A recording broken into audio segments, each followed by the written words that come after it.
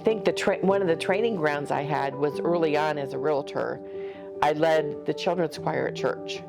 And I would have these big productions I would put on every Christmas and every spring around Mother's Day. And so I had this big project, and I had to engage people to play roles, little humans, and also satisfy parents. And every time I did a production, there would be things that would have been really challenging, and I wanted to know, what could I do to make things better for the children's choir and for the production itself, for things to run more smoothly. But that children's choir I directed for like 10 years was amazing training for me to be understanding when you do something, what do you do after you've finished it so that you can make it better next time.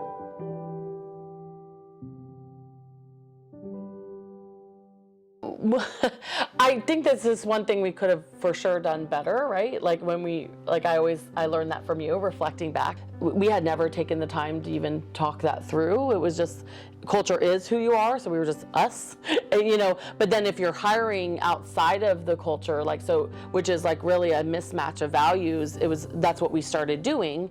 And it was pretty early on that we realized that, and then I adjusted, which was, now I want to know more who the person is, and I can teach them how to sell real estate. I can teach them how to be a transaction coordinator. What we can't teach is heart and who someone is. Every organization, every family, has a culture. Right. It's either good or bad, right? And so that was my one sort of issue with picking this as the thing, because it says culture always wins. Well, bad culture doesn't win. And we've learned when we don't follow that, we end up with bigger problems that are created as a result of having someone in the organization that doesn't have that as their heart. And when those bigger problems come, it takes away from the whole team. Why I chose this as the theme for this year is for this reason, because when we were smaller, Debbie and I could overcome some cultural issues that we saw very quickly. So if we saw we weren't putting the client first, we could jump in. Now, with how big we are, it's impossible. What we can be involved in is setting the standard, and then now holding each team member to the standards of the culture, because we know what got us here is that. What made it to where people of so many talents want to come work with us is our culture. That's the same thing that's going to get us to where we want to go next. And so that's why we chose the theme we did this year, is we need the entire team to know it, to be it, to protect it.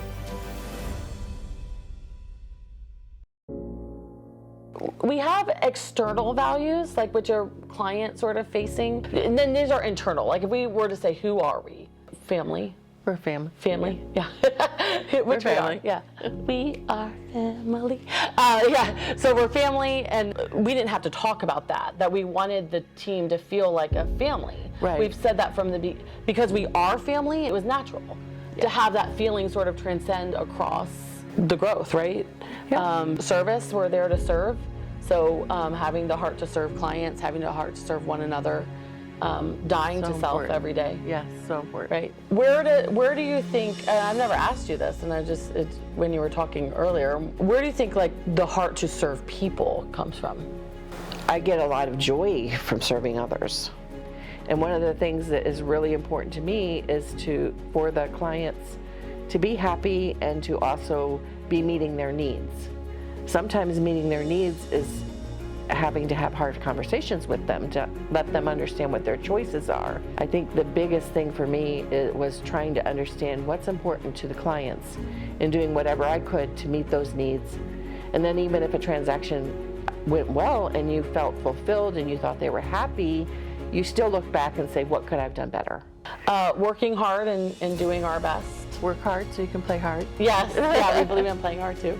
But working hard, I mean, that was something that Dad always instilled in us. Yes, he did. That, sometimes we have to sacrifice in life so that we can, at other times, be able to enjoy life. Growing up, my time with my dad was always very special, which he dropped us off at a small private school.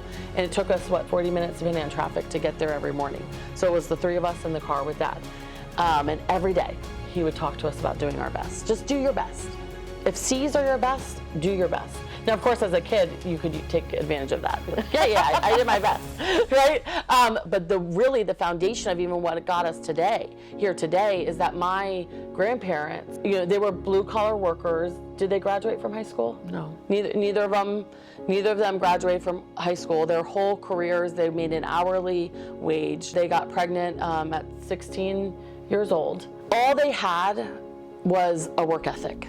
And growing up, I was taught that's what the name Reynolds represents. I mean, people will say, like, you guys work hard here, right?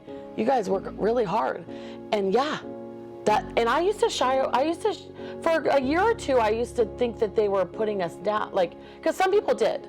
I had a couple of people visit and was like, you guys work too hard. Some people still do. Yeah, they still do, which is fine. That's okay. But that is what the name Reynolds represents, is giving your very best. I get so touched, and I might cry, when I see the team working so hard. The other night I was leaving at 6 o'clock and I couldn't believe all the people that were still there working. Yeah. And I was like, wow, they're working really hard on behalf of the people that we serve. And it just means so much that they care so much. Not giving up. True. Sometimes things get hard. You can have a market shift, which happened early on in my business. I got discouraged. And my husband actually encouraged me, hang in there, it will turn around. And I did, and it did. And the rest is history. Joy comes through not giving up and getting through the hard and pushing through and feeling confident. What about competitiveness? So that's another thing that's an internal one that's not on our external. But where does that come from? You don't want to be around our family when we're playing games. Yeah. There's not a time where we play games and it doesn't end. We still want to do it. In tears. I know, and yet we still subject ourselves to it every time. Yes. Like, who's gonna cry this time? Competitive is seen as a negative, but I view it as a positive. Okay, it's my number one strength in competitiveness. What I love about competition is it makes you do better. Yes. It forces you to do better. I remember when we first started with guarantees, and I was so scared to run the your home sold guaranteed or we'll buy it. So we didn't. I was so scared. We did some wimpy one. It was like your home sold in 79 days or we'll sell it for free. I think was our first ever one. It was just wimpy. Come on. And we did that for a year or two. Yeah, we did. Yeah, that was our guarantee. We were scared. We were scared, yeah. A competitor came out and did the guaranteed sale program. And I was like, that's it, we're doing it, okay? And I called our coach. The coach laughed and he's like, I just knew I just needed one competitor to do it, and I knew it would push you to do it. Because the reality is competition, why competition is a positive thing, is that it forces you to do better. Right. Now the client always wins. When there's more competition, the client will always win when there's more competition. So I knew that they get more value when there's more competition. Yep. And so that's first and foremost. How it helps the team and why it's so ingrained in who we are is that the competition on the team forces you to do better, right? A rising tide lifts all ships. Competition is the rising tide. And so for us, competition is we want to learn from our competition. Yeah, what are they doing that makes them so amazing? Yes. That we can do better than that. Yes, exactly. Yeah, be different, be better, all of those things. And I think that's why we do so many things that are competitive on our team, is because we believe competition makes everyone better. Well, we got to talk about fun. We can't talk about fun without you. Okay, so another big part of our culture is we have fun. Yes. Yeah. And now I'm giving Queen Fun a run for her money this year because I'm getting more fun. She's getting more fun. I'm not kidding. She's gotten some things leveraged off so she can relax a little bit more. Exactly. And it makes her more fun. Yeah, everyone's like, who's this Sarah this year? And it's like, George, what did he say? My wife is back. He's like, my wife is fun. After they leave the advance and have heard all this, what is your hope culturally for this next year coming up?